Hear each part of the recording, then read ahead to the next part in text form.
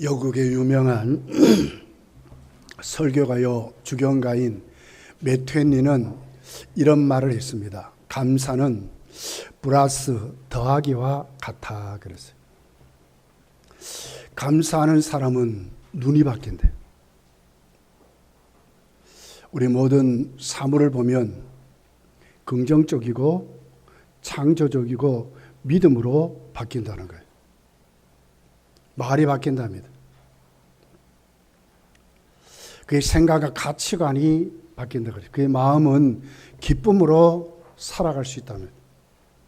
감사의 혈육이라 그랬어요.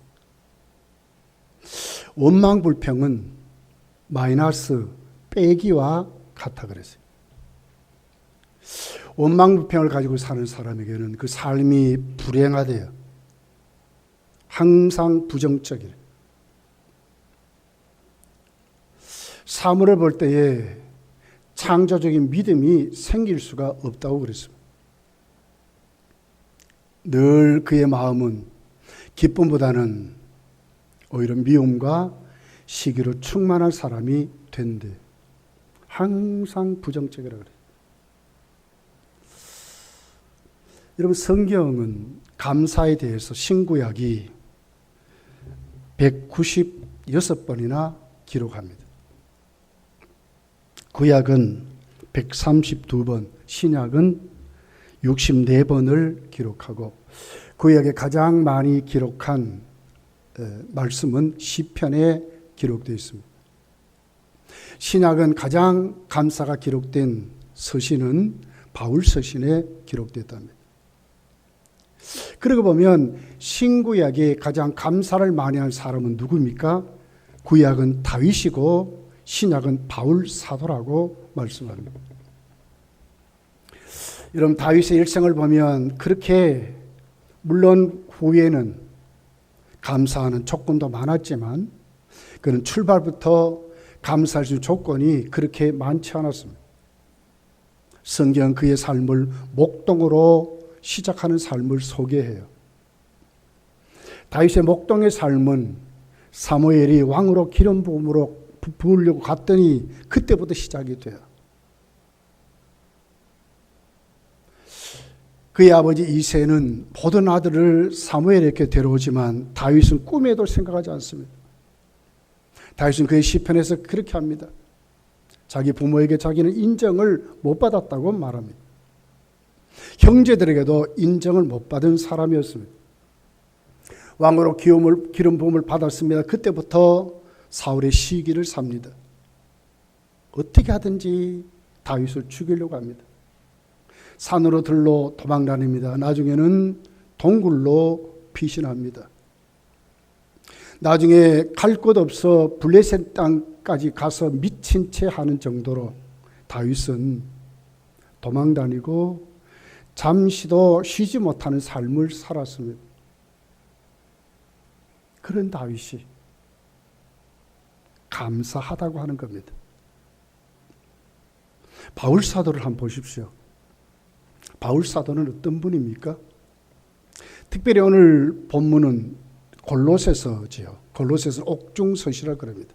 로마 감옥에서 기록한 서신입니다. 그런 바울이 옥중에서 감사를 넘치게 하라고 합니다. 그러면서 본인도 감사하다고 하는 것입니다. 다메섹으로 성도들을 잡으려고 가지요. 그러다가 그 길에서 예수님을 만납니다. 바짝 부서졌습니다. 그때부터 자기의 삶을 살지 못합니다. 주님께 코가 끼어서 살아가게 됩니다. 그의 삶은 그때부터 인간적으로 보면 편안한 그런 삶을 살지 못했습니다. 도망다녀야 하고 매를 맞아야 하고 맹수의 위협과 자지 못함과 굶주림과 수도 없는 곳에서 바울은 옥에 갇히고 그런 모습으로 살았습니다.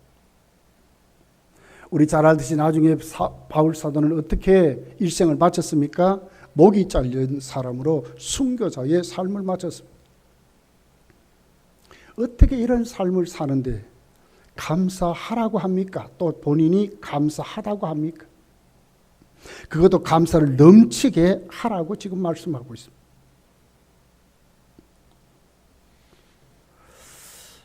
우리는 오늘 이 말씀을 보면서 다윗과 바울 사도의 그 감사를 보면 감사의 출처는 환경에 있지 않다 하는 것을 알게 됩니다. 내가 어떤 처한 상황이 나에게 어떤 모습으로 나에게 있다 할지라도 그것 때문에 감사하고 안 하고가 아니라고 하는 것을 알게 됩니다. 왜? 다윗은 우리보다 훨씬 어려웠습니다.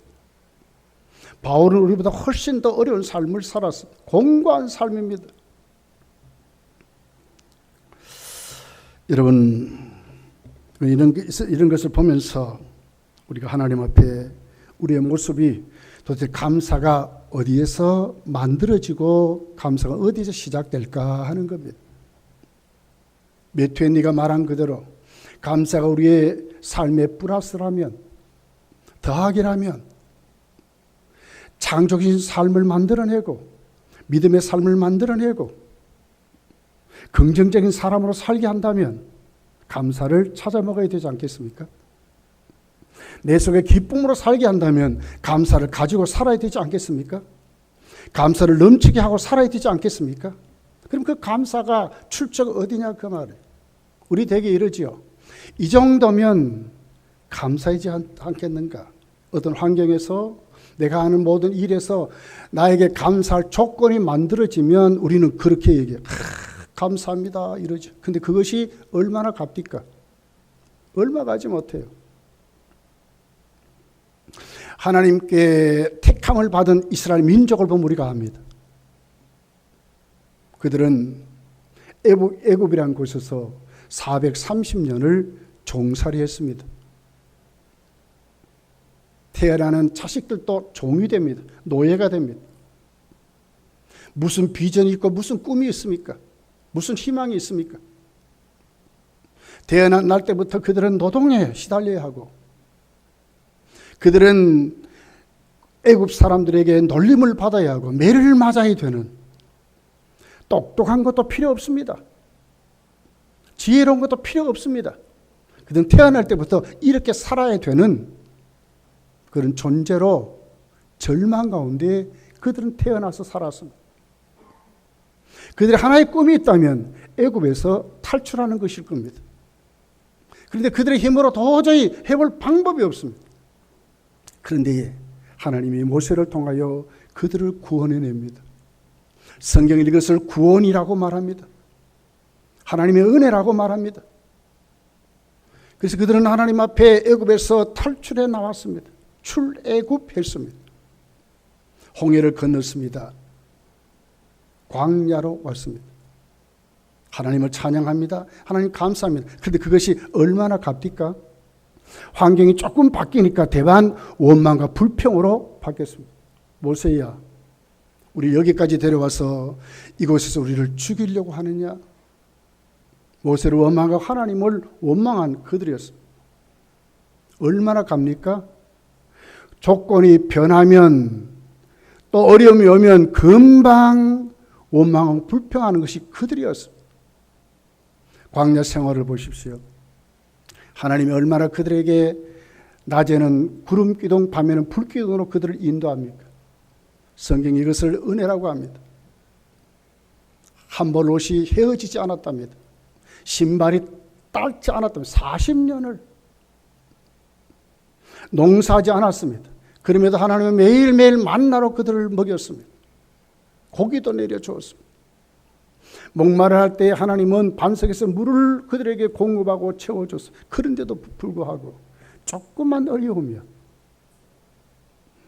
광야에서 원수들을 만나죠. 아말렉을 만나고 그런데 하나님은 그들을 이기게 하셨습니다. 하나님이 이기게 하셨다고 말씀합니다.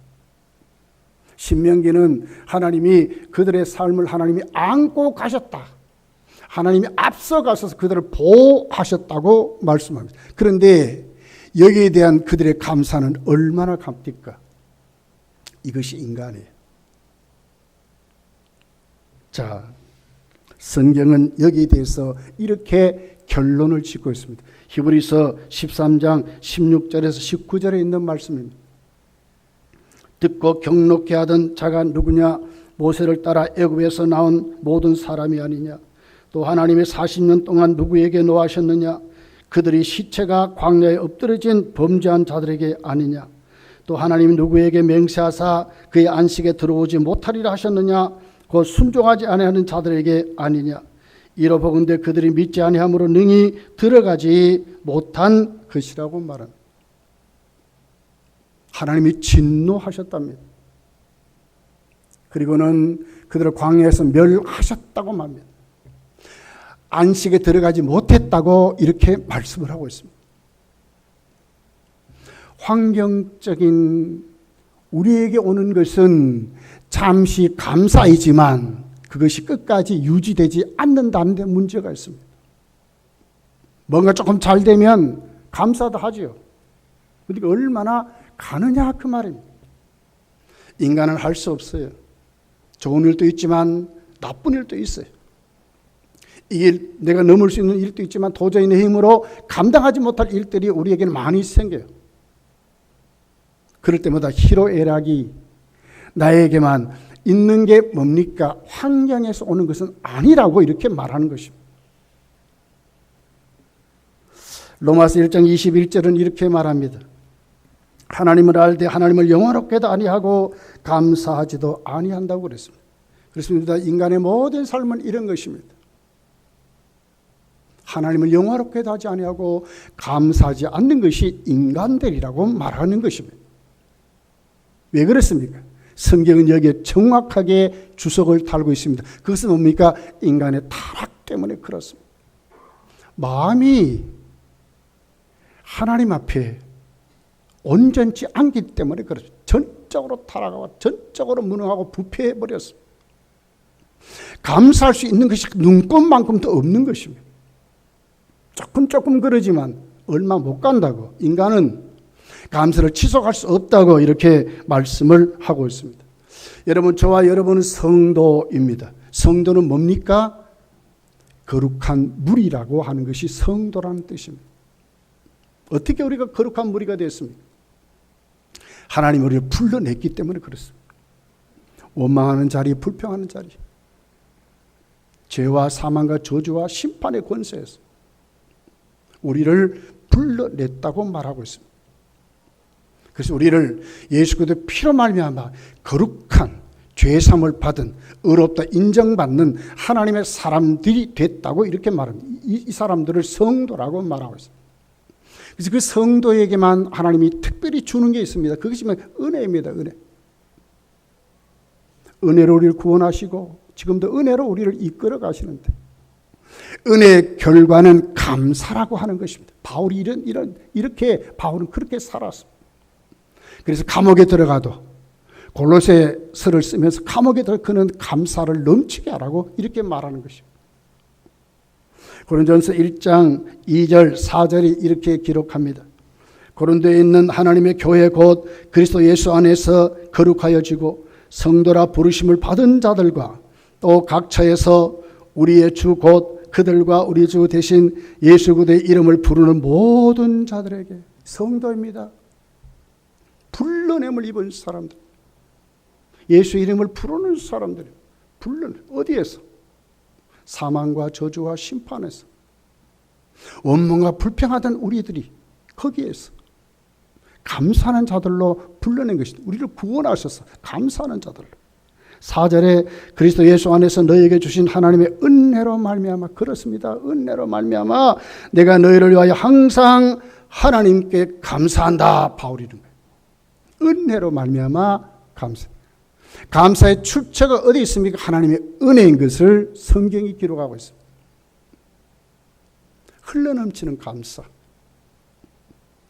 성도가 믿음으로 창조적이고 긍정적이고 진짜 세상을 똑바른 가치관 가지고 저 천국을 향하여 똑바리 정말 기쁨으로 살아갈 수 있는 힘이 어디서 있다고요? 하나님의 은혜로. 거기에 감사가 있다는 거예요. 환경에 있는 게 아닙니다. 여건에 있는 게 아닙니다. 조건에 있는 게 아닙니다. 내가 지금 누리는 상황에 있는 것이 아니고 하나님이 우리에게 주신 그 은혜에 우리에게 주어지는 감사라고 말씀을 하고 있습니다. 여기에 우리가 세워져야 된다고 하는 것입니다. 그러면 여러분 잘 보십시오. 성도에게만 결코 변하지 않는 게 있습니다. 그것이 뭡니까? 하나님 우리에게 주시는 은혜입니다. 은혜는 우리에게 감사로 오늘도 우리 삶을, 믿음의 표현은 감사입니다. 감사는 우리 삶이 어떤 인생으로요? 더하기 인생으로, 플러스 인생으로 우리를 세운다고 말씀을 하고 있는 것입니다. 7절에 이렇게 기록합니다. 그 안에서 뿌리를 박으며 세움을 받아 교훈을 받은 대로 믿음에 굳게 서서 감사함을 넘치게 하라. 감사함을 넘치게 하라. 원문을 보면 이런 뜻입니다. 이번 여러분 홍수에 어떻게 됐습니까? 댐이 넘쳤다 하는 뉴스를 들었어요. 제방이 넘쳐가지고 동네가 물에 잠겼다는 뉴스를 들었어요. 맨홀에 아버지가 빠졌는데 아들이 그걸 보고 아버지를 구조하려고 하다가 둘 다 죽었다 하는 뉴스를 봤어요. 이번 홍수로 죽은 분들이 20명이 넘는데요. 22명 하는 걸 봤어요. 많은 이재민들을 봤어요. 인간의 과학도 막을 수가 없어요. 넘친다는 말은 이 말입니다. 댐이 터져서 콸콸콸콸 넘치는 것. 그러면서 그것이 현재 분사예요. 계속 그렇다. 계속 넘친다. 감사가 콸콸콸콸 계속. 시간이 지나고 조건이 변하고 환경이 변하면 없어지는 것이 아니라 계속 콸콸콸콸 넘치는 것이 감사라고, 이렇게 하라고, 이렇게 살아가라고 말씀을 하고 있는 것입니다. 감사의 출처를 어디라고요? 하나님의 은혜에 있는 줄 믿습니다. 성도에게만 주어지는 특권에 결코 변하지 않는 게 있어요. 우리는 누굽니까? 성도라고 하는 거예요. 예수의 피로 말미암아 죄사함을 받은 것 결코 변하지 않는, 하나님의 자녀가 된 것 결코 변하지 않는, 여기에 붙들려 살아가라는 거예요. 자녀의 신분을 가지고 살아가라는 거예요. 뭔가 조금 잘 되면 그게 아니고 나는 하나님의 자녀의 신분을 가지고 오늘도 거기에 똑바로 서면 어떻게 감사가 흘러넘치는 사람으로 살게 된다고 말씀을 하는 것입니다. 오늘 이 말씀을 보면서 여러분 그렇습니다. 그러므로 우리는 감사의 동기를 어디서 찾아야겠습니까? 예수님을 주로 모신 예수님 안에 사는 삶에 감사의 동기가 있다는 거예요. 자, 6절이죠. 그러므로 너희가 그리스도 예수를 주로 받았으니 그 안에서 행하라. 그러거든요. 행하되. 이렇게. 예수를 주로 받았으니, 메시아로 받았으니, 그리스도로 받았으니, 죄와 사망과 저주의 권세에서 해방된 것은 예수님을 주인으로 모셨기 때문에, 그분이 오늘 나에게 주인 되셨기 때문에 그 말이거든요. 이 같은 믿음이 확실히 뿌리를 박아야 된다고 말하는 거예요.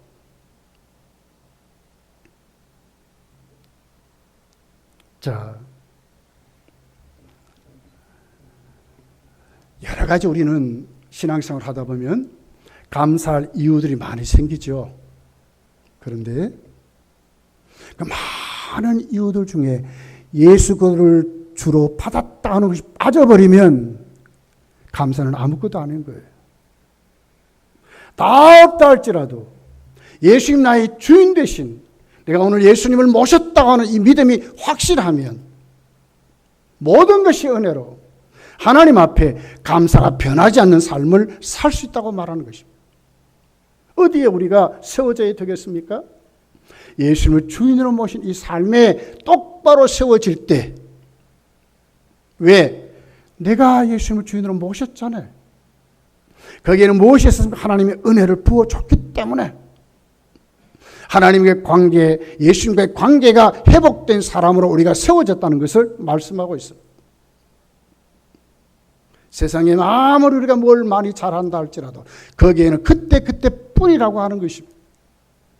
그렇지만 오늘 내가 예수님과 똑바른 관계 속에 정말 예수님을 주인으로 모시면, 예수님 똑바로 섬기는 자로 내가 딱 서면, 예수님의 지도를 받는 사람으로 서면 그분이 나의 주인으로, 내 인생의 대장으로, 나를 구원하시는 메시아로 내가 똑바로 모시면, 그리고 이제 그 안에 사는 것입니다. 그 안에 행함으로 살아가는 것입니다. 여러분 보십시오. 사도 바울이 기록한 골로새는 뭐라고요? 옥중서시잖아요. 바울이 지금 옥에서 감사하는 것입니다. 생명의 위협이 있습니다. 아직까지 어떻게 보면 재판이 안 끝났습니다. 언제 죽을라는지 아니면 딱 풀어질라는지도 모르는 그런 상황, 얼마나 불안하고 그렇습니까? 그런데 사도 바울은 자기를 불안하다, 나에게 염려가 있다 하는 것을 조금도 말하지 않습니다. 다만 그가 말하는 것이 뭡니까? 골로새 교인들아, 흔들리지 말고 감사를 넘치게 하는데, 너희들 왜 감사해야 되느냐? 너희들 주님을 주로 받았다는 거예요. 주님이 너희 주인 되셨다는 거예요. 이 삶을 사도 바울은 감옥에서 지금 실천하는 것입니다. 자신은 지금 감옥에 있지만 그 감옥에 누가 있습니까? 예수님이 자신과 지금 함께 하는 겁니다. 예수님을 생각을 하고 예수님을 닮아가고 예수님이 기뻐하는 일. 왜? 그는 예수님이 주인 됐기 때문에 자기를 위해 살지 않고 주를 위해 산다고 하는 그 믿음이 똑바로 세워지니까 감옥에서도 감사하다고 지금 하는 것입니다. 감사의 동기는 여기에 있습니다. 다 빠져도 예수님이 나에게 우리의 주님 되심이 고백되지 않는다면 그 감사는 헛것입니다. 헛것입니다. 아무것도 아닌 것입니다. 우리의 성gin도 아무것도 아닌 것입니다. 예수님 우리 주인입니다. 예수님 우리의 구주입니다. 우리의 구원자입니다. 예수님이 우리의 그리스도입니다. 이 고백이, 이 같은 믿음이 확실히 우리 속에 넘쳐야 한다고 말하는 것입니다. 이것이 우리 삶이 되어야 한다고 말하는 것입니다. 여러분, 십계명을 우리가 출애굽기 20장을 읽어보면 십계명을 줄 때의 그 시초 배경이 뭡니까? 애굽에서 종되었던 너희들을 구원하신 하나님 그러거든요. 이게 뭡니까? 하나님이 그들의 주인이라는 것입니다. 그들을 구속했다는 것입니다. 그렇기 때문에 하나님의 말씀을 들으라는 겁니다. 너희들은 이런 사람이 되었다고 말하는 것입니다. 십계명의 시작은 이렇게 시작을 하고 있습니다. 3대 절기를 여러분 보십시오. 그 3대 절기도 그 시작의 배경이 안식일부터 시작해서 왜 그렇게 해야 되는지, 왜 감사해야 되는지 그 이유가 애굽에서 너희가 종되었던 너희를 하나님이 구원하셨다는 거예요. 하나님이 너희들의 주인이라고 하는 거예요. 바른 믿음은 이런 것입니다. 너희가 예수 그리스도를 주로 받았으니 그분 안에서, 그 안에서 행하라고 말씀하는 것입니다. 그 속에 감사가 넘치게 된다고 말하는 것입니다. 그것이 하나님의 은혜라고 말하는 것입니다. 사랑하는 성도들이여, 이 감사의 달에 저 여러분 여기에 눈을 떠야 합니다. 어떤 조건, 환경보다 더 뚜렷한 것은 나를 구원하신 주님이 나의 주님을 고백하는, 내가 주님을 모셨다고 하는 믿음이 확실히 세워질 때 우리의 삶에는 누구보다도 기쁨으로 감사로 살아가게 될 줄 믿습니다. 이것이 성경이 말하는 감사입니다. 감사. 두 번째는 그렇습니다. 이런 감사의 비결은 오늘 7절에 보니까 믿음에 굳게 서라고 말씀합니다. 믿음에 굳게 서는 것입니다. 예수님을 주인으로 받았으니 그 이름에 굳게 서라는 것입니다. 굳게 서.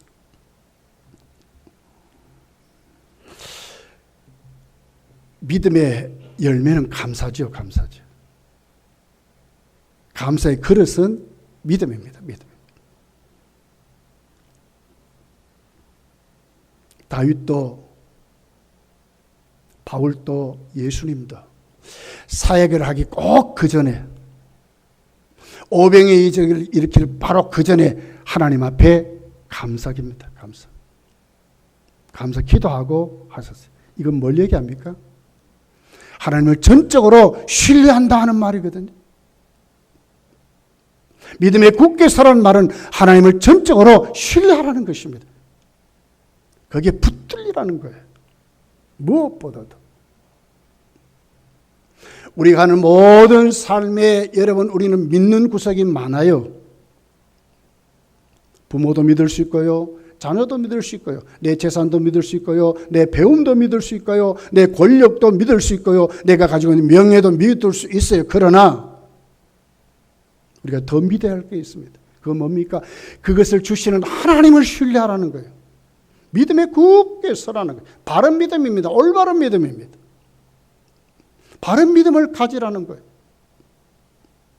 하나님을 전적으로 신뢰하고 그분을 놓치지 말라고 이렇게 말하는 것입니다. 이것이 성도의 감사의 비결입니다. 비결입니다. 하나님을 신뢰하는 것.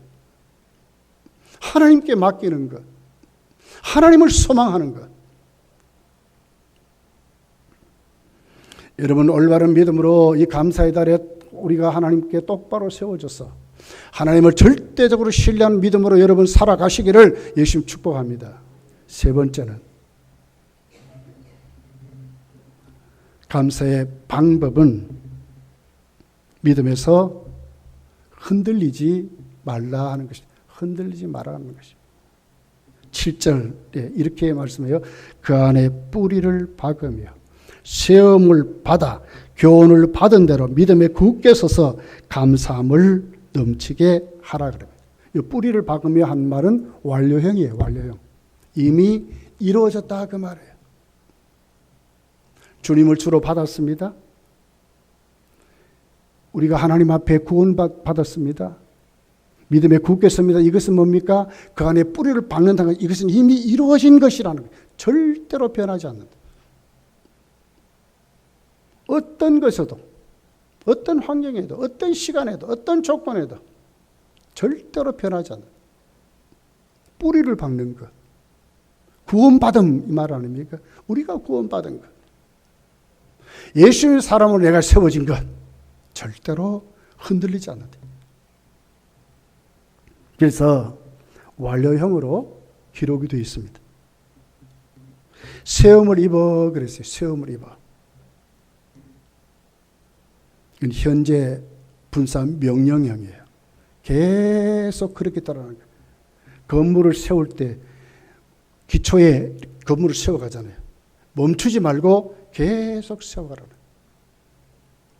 믿음으로 계속 세워가라. 성도의 삶은 믿음으로 사는 것입니다. 그래서 우리가 예수께 뿌리를 박은 그 신앙, 우리의 삶으로 계속 성장해 가는 것. 우리에게 무엇이 와도 여러분 요즘 얼마나 흉한 소문이 우리에게 많습니까? 불신자들을 보면 우리가 믿음 생활 안 하는데도 우리보다 잘 되는 것 같은 사람 많아요. 우리가 착한 사람도 많습니다. 또 지혜로운 사람도 많습니다. 잘하는 사람 너무나 많습니다. 똑똑한 사람 너무나 많습니다. 그럼 우리가 흔들릴 수 있죠. 야, 믿음으로 살아가는 것 아닌 것 아닌가 이럴 수 있다는 거예요. 근데 그렇게 하지 말라는 거예요. 그 모든 것은 다 그때뿐이라는 거예요. 아무것도 아니라는 거예요. 뿌리를 내린 그곳에서 이제는 세워가라. 믿음의 삶으로 하나하나 더 성장해가는 그런 믿음으로 세워가라고. 이것이 우리 삶이 하나님이 주시는 감사로 넘치게 되는 삶을 살아갈 수 있다고. 우리 눈이 바뀌고 우리의 생활이 바뀌고 하나님의 그 복이 넘치는 그런 삶으로 살아갈 수 있다고 지금 이렇게 말씀을 우리에게 하고 있는 것입니다. 교훈, 그래서 교훈을 받은 대로 그러거든요. 이 교훈은 뭡니까? 에바브라가 골로새 교회에 전한 하나님 말씀이죠. 그게 뭐지? 복음이 아닙니까? 구원받았다고 하는 것입니다. 예수 믿으면 구원받는다. 예수님밖에 없다 하는 그 복음 아닙니까? 거기에 우리가 세워지라는 거예요. 정말 하나님의 말씀에 똑바로 세워지면 그 말이거든요. 당시 골로새 교회는 많은 이단들이 넘쳤어요. 천사를 숭배하고 지혜를 말하는 영주주의 이단들이 많았고 또 각처에서 유대주의자들이 너무나 많이 들어와서 골로새 교회는 너무너무 어려웠어요. 그래서 골로새서를 기독론이라고 말하잖아요. 거기에 이제는 흔들리지 마라. 에바브라가 전한 그 복음이 진짜다 하는 거예요. 흔들리지 말으라는 거예요. 세상에 어떤 것을 갖다 준지 하더라도 거기 흔들리지 말고 하나님 말씀의 그 복음 안에 똑바로 서라고 이렇게 지금 말씀을 하고 있는 것을 보게 됩니다. 여러분 그렇습니다. 우리는 누굽니까? 저와 여러분 성도입니다. 우주가 수천 번 변해도 이 사실은 결코 변하지 않습니다. 왜요? 우리는 예수를 믿고 예수님 피로 말미암아 구원을 받았기 때문에 내가 예수님을 주로 모셨기 때문에 그렇습니다. 이것을 성경이 은혜라고 말하고 있습니다. 우리는 하나님의 은혜로 하나님의 사람이 됐고 내 인생의 주인은 예수님이 되었다고 말합니다. 결코 변하지 않습니다. 지구가 수천 년의 시간이 지나도 이 사실은 결코 변하지 않습니다. 이 사실이 어디서 시작됐습니까? 만세전부터 하나님이 우리를 택해 주심으로 시작되었다고 말합니다. 얼마나 오묘한 진리입니까? 여기에 서라는 거예요. 날 사랑하신 주님 앞에 서라는 거예요. 당신의 몸을 십자가에 내어서 피 흘리고 살 찢어 주신 그 주님 안에 그 삶을 살아가라는 거예요. 거기는 하나님 우리에게 특별히 아들까지 주신 사랑이 거기에 있습니다. 거기에 붙들려 살아가라는 거예요. 어디에 이런 사랑이 있고 여러분 어디에 오늘 또 바울이 말하는 감사가 철철 넘치는 그 감사의 삶이 어디에 있습니까? 하나님 안에만 있다고 말하는 것입니다. 이 사실을 여러분 이 감사의 달에 놓치지 마시기 바랍니다. 얼마나 우리 사회가 지금 얼마나 불안합니까? 미움과 시기가 얼마나 넘칩니까? 감사하지 않습니다. 가족이 무너져 가고 있습니다. 가족이 깨트려져 가고 있습니다. 가정이 파괴되어 가고 있습니다. 권위를 인정하지 않지 않습니까? 여기에 무슨 감사가 있습니까? 감사가 일어날 수가 없습니다. 그런데 성도는 아닙니다. 우리는 거기에서 이제 불러냄을 입은 사람들이 된 것입니다. 거기서 빠져나온 사람들이 되었습니다. 하나님을 알되 하나님께 감사하지 않는 것이 그 타락한 인간의 모습입니다. 우리는 거기서 나온 사람입니다. 이스라엘 백성들 40년 동안 광야에서 하나님 앞에 조금만 좋으면 감사 뭐 헤헤 그러다가 조금만 바뀌면 금방 원망하고 불평했던 그들 같은 우리가 아닙니다. 이제는 우리는 다 안식에 들어간 자입니다. 천국을 가진 자입니다. 하나님의 자녀가 된 자입니다. 하나님께 저주받은 인생이 아니라 하나님께 사랑받은 하나님의 자녀가 되었습니다. 이런 우리들이 오늘 어디에 세워져서 살아가야 되겠습니까? 저 여러분의 주인은 우리 인생의 주인은 예수 그리스도를 주인 줄 믿습니다. 주님만이 우리의 주인 됐습니다. 여기에 우리가 오늘 또 우리 삶을 내려놓고 눈을 뜨고 감사하고 그 안에서 살 때 우리 믿음은 흔들리지 않는 것입니다. 거기에 뿌리를 내리고 믿음에 굳게 설 때 오늘 하나님이 우리에게만 주시는 그 은혜가 우리에게 넘쳐서 정말 감사하는 사람으로 우리가 다 살아가게 될 것입니다. 사랑하는 성도들이여 이 비밀 우리만 아는 자입니다. 세상 많은 사람들 이 비밀을 모르고 지금도 살아가고 있습니다.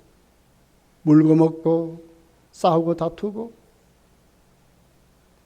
얼마나 말을 잘하는 말쟁이들이 많은지 모르겠어요. 얼마나 말들을 잘합니까? 그러나 다 허황된 말입니다. 성도는 아닙니다. 성도는 성도입니다. 거룩한 무리입니다. 예수님을 주로 받은 사람들입니다. 그 안에서 뿌리를 박아야 합니다. 세움을 입어야 합니다. 그리고는 감사함을 넘치게 하면서 살아가는 하나님의 사람들로 우리가 살아가야 하는 것입니다. 이것이 오늘 성도들이 이 감사의 달에 찾아야 될 감사입니다. 감사. 저 여러분 다 여기에 아멘하고 이 마지막 때에 정말 감사가 넘치게 되는 그런 모습으로 살아가시기를 예수 축복합니다. 우리 합심해서 한번 기도합시다. 주님